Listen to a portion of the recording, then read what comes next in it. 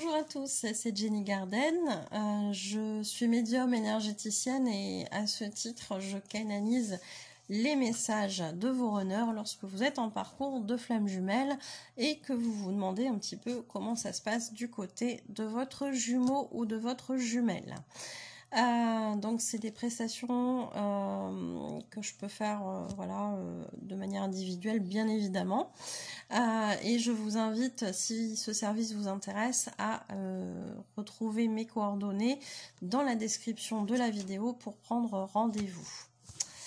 Donc je remercie aussi les âmes des runners pour me permettre de transmettre, de vous partager leurs messages à leurs chasers, et je remercie bien évidemment tous les chasers depuis le début qui m'ont fait confiance et qui m'autorisent également à transmettre les messages de leurs runners pour vous aider aussi dans votre parcours à avoir des compréhensions sur le fonctionnement des runners. Et c'est vrai que quand on est un chaser, c'est pas forcément évident. Donc merci à eux, merci aux runners et aux chasers de ce message qui m'autorise également à transmettre cette communication pour vous aider dans votre parcours également. Alors ici on a un message un peu particulier, vous allez voir un petit peu pourquoi. Si ça vous parle pas, vous laissez de côté. Voilà, cherchez pas plus loin, et si ça vous parle, alors n'hésitez pas à partager, à liker, à commenter aussi par rapport à votre parcours. Ça peut aider aussi d'autres personnes de voir que vous partagez, que vous commentez, et puis on n'est pas forcément tout seul dans cette situation là. Voilà, donc je vais vous partager ce message. Je suis fière de toi, de ton avancée, de tes progrès. Tu t'écoutes de plus en plus et ta décision de travailler sur ta dépendance affective est vraiment une très bonne chose pour ta guérison. Je te félicite car cela n'a pas dû être simple à mettre en place et les conséquences que cela a eues ont pu te rendre triste. Encore une fois, on te montre que tu dois retrouver ton espace de sérénité, et ce, peu importe ce que l'extérieur peut t'envoyer en émotions négatives notamment. Et tu as réussi, bravo. De plus, ton travail sur ta dépendance affective va m'aider à travailler la mienne. Je te remercie vraiment pour tout ce travail que tu accomplis. J'ai conscience que ce n'est pas simple, car à ma façon aussi, je galère. J'ai mes blessures à guérir et c'est douloureux. Je sais à quel point cela demande du courage. Donc effectivement, on a ici une jumelle qui parle à son chaser et qui est ravie des progrès de son chaser. Je vous rappelle aussi que sur le parcours, les deux âmes sont en accord pour que le chaser commence, entre guillemets, à travailler. Le runner travaille aussi, mais pas en profondeur comme il le fera à la seconde moitié du parcours. Et effectivement, le runner à la seconde partie du parcours s'y met, travaille sur ses grosses blessures, etc., fait ce travail en profondeur. Et forcément, le runner a conscience que le chaser, via son avancement, va lui permettre ensuite de pouvoir prendre ce relais et avancer à son tour, et ce n'est que dans ces circonstances-là que pourra avoir lieu cette réunion, si elle doit avoir lieu dans cette vie. Donc, forcément, cette runneuse, elle est ravie des progrès de son chaser, et on la comprend, parce que du coup, elle va pouvoir, elle aussi, apporter sa contribution. Et via le phénomène de vase communicant, le fait que le chaser travaille sur sa dépendance affective va aussi faire travailler le runner sur sa dépendance affective. Je suis heureuse que nous nous soyons trouvés, puis perdus.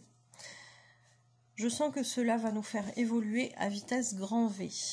Donc effectivement, le parcours de flamme jumelle fait énormément avancer en peu de temps, entre guillemets, parce qu'on a des parcours qui durent des années, mais sur le même temps terrestre, si on n'était pas en parcours de flamme jumelle, on n'aurait peut-être pas autant évolué. Ça ne veut pas dire que si on n'est pas en parcours de flamme jumelle, bien évidemment, on n'avance pas. On est bien d'accord, on ne va pas le traduire de cette manière-là. C'est juste que le parcours de flamme jumelle est un accélérateur de guérison, de libération, etc. Nous savions là-haut que notre parcours ne serait pas facile et il ne l'est effectivement pas. Je me souviens de cet instant merveilleux où nous avons signé de nos énergies cet accord. Nous nous sommes portés volontaires alors que nous étions en paix sur une autre planète, plus élevée en vibration que la Terre où nous sommes aujourd'hui. Il fallait du renfort, alors oui, nous avons décidé de descendre, de vivre dans la différence, dans un monde où celle-ci n'est pas toujours acceptée. Nous qui étions habitués à la paix, à l'entraide, quel choc, quelle difficulté. Être rejetés alors que nous venions dans l'amour apporter notre aide. Nous avons tous les deux vécu des émotions très difficiles, mais nous devions dépasser cela, nous en libérer et retrouver notre lumière. Donc quand elle évoque cette signature en parlant d'une autre planète plus évoluée, dans des vibrations plus élevées, j'ai tout de suite pensé au livre de Dolores Cannon qui parle des 3 vagues de volontaires, que je suis d'ailleurs en train de lire, et je me dis que là encore il n'y a pas de hasard, parce que je pense que ce message serait arrivé plusieurs semaines avant la lecture de ce livre. Je n'aurais peut-être pas cette information-là à vous donner là maintenant.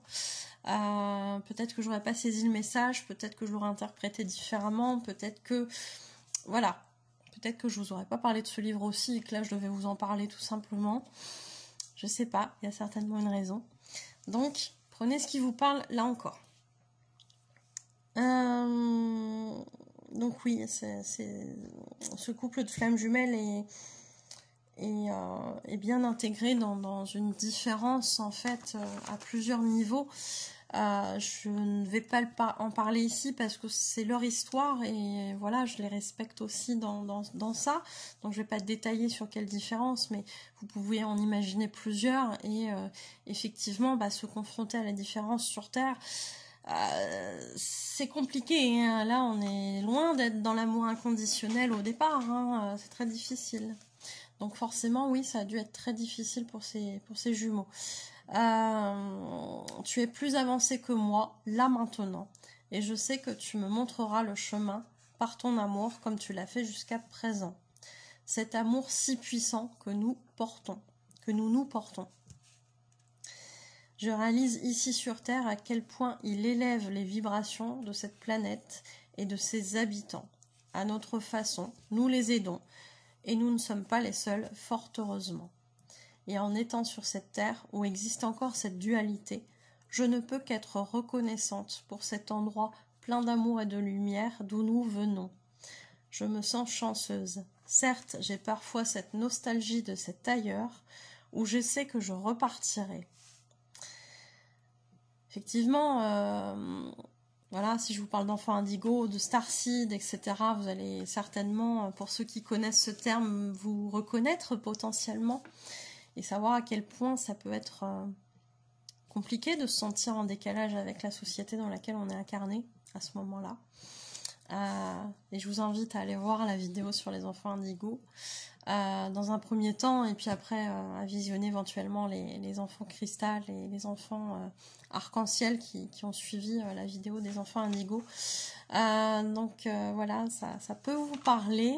N'hésitez pas dans le moteur de recherche YouTube à aller taper Jenny Garden et enfants indigo ou enfants cristal ou arc-en-ciel. Mais commencez par les indigos, c'est l'ordre chronologique.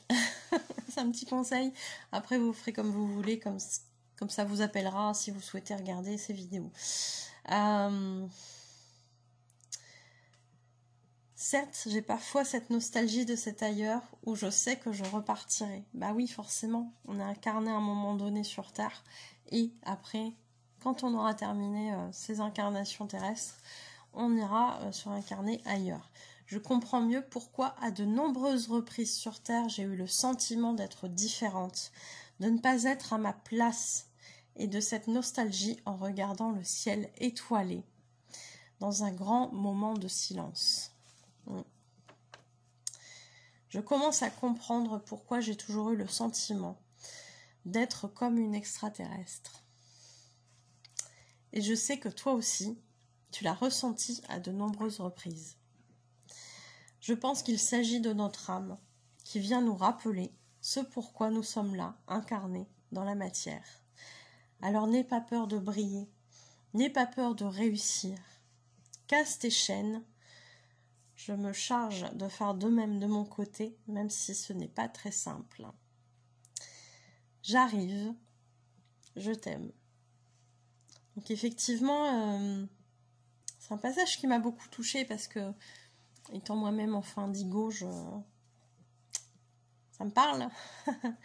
Ça me parle forcément, cette idée de scruter le ciel en disant « Mais bordel, qu'est-ce que je fous là?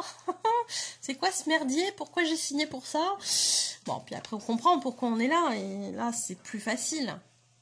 Mais oui, ça m'a beaucoup parlé, ce passage, et je suis persuadée que ça parlera à beaucoup d'entre vous aussi. Donc voilà, n'hésitez pas à me le mettre dans les commentaires, et oui, à partager aussi vos expériences.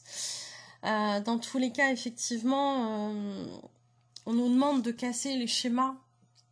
C'est aussi pour ça que souvent on est incarné dans une famille qui n'est pas ouverte à certaines choses et qu'on vient casser ça, en fait, par notre différence. Peu importe le domaine dans lequel elle intervient, mais oui, on vient casser ces choses-là, on vient casser les schémas, on vient casser les façons de fonctionner. On amène autre chose, un autre regard sur la situation, sur la sensibilité aussi, puisque en général, quand on est hypersensible, indigo, et ça va ensemble, hein, voilà, c'est tout pareil. Bon, les arcs-en-ciel, bien évidemment, et les cristals aussi, hein, les enfants cristal aussi. Donc voilà, et ça, cette hypersensibilité-là, je le dis et je le redis, elle est là justement pour nous montrer aux humains, en fait, qu'ils ont peut-être perdu une certaine partie de cette humanité qu'est l'émotionnel, en fait, hein, mais parce que la société a bridé ce côté-là, etc. Mais je ne vais pas rentrer dans les détails du pourquoi, du comment, ça serait un peu long et c'est pas l'objet de cette vidéo. Mais oui, les indigos, les enfants cristal, les enfants arc-en-ciel ont cette mission-là, entre autres, de réveiller cette humanité chez l'humain. Ce qui est paradoxal, hein, mais pourtant c'est un peu ça. Alors chacun à son échelle, bien évidemment, personne n'est le sauveur de personne, je le rappelle, et on fait tous ce qu'on a besoin de faire sans y réfléchir, parce que ça peut être une mission de vie. Voilà, et puis on est comme ça naturellement, et on réfléchit pas, on fait les choses comme on les ressent à ce moment-là, et c'est très bien comme ça. Voilà, ne vous bridez pas. Ne vous bridez surtout pas, c'est tout ce qu'on est venu aussi casser, hein, quand on est enfant indigo, enfant arc-en-ciel et enfant cristal. Alors plus les indigos parce que voilà, ils ouvrent la porte, mais oui, il y a ce côté-là effectivement, et voilà, une petite note positive aussi dans ce message où cette runeuse dit à son chaser « J'arrive ». Effectivement, elle est sur le chemin de la guérison, sur sa partie de parcours, sur ses batailles, sur ses blessures, sur tout ça. Et on sait que c'est pas simple pour être passé par là en tant que chaser avant. Et on lui envoie beaucoup de lumière, beaucoup d'amour, comme à tous les chasers, et oui, comme à tous les runners aussi, bien évidemment, parce que ce n'est pas évident, ni pour les uns, ni pour les autres. Donc, bon courage sur ce parcours, avancez pour vous, c'est important, et si vous sentez que vous êtes différent d'une certaine façon, c'est parce que vous êtes venu amener un autre regard sur les choses. Donc, faites-le. À votre façon, à votre échelle, voilà, et ce sera très bien comme ça, et ce sera parfait comme ça, j'ai même envie de dire. Donc, continuez et je vous dis à bientôt. Merci pour votre écoute. Prenez soin de vous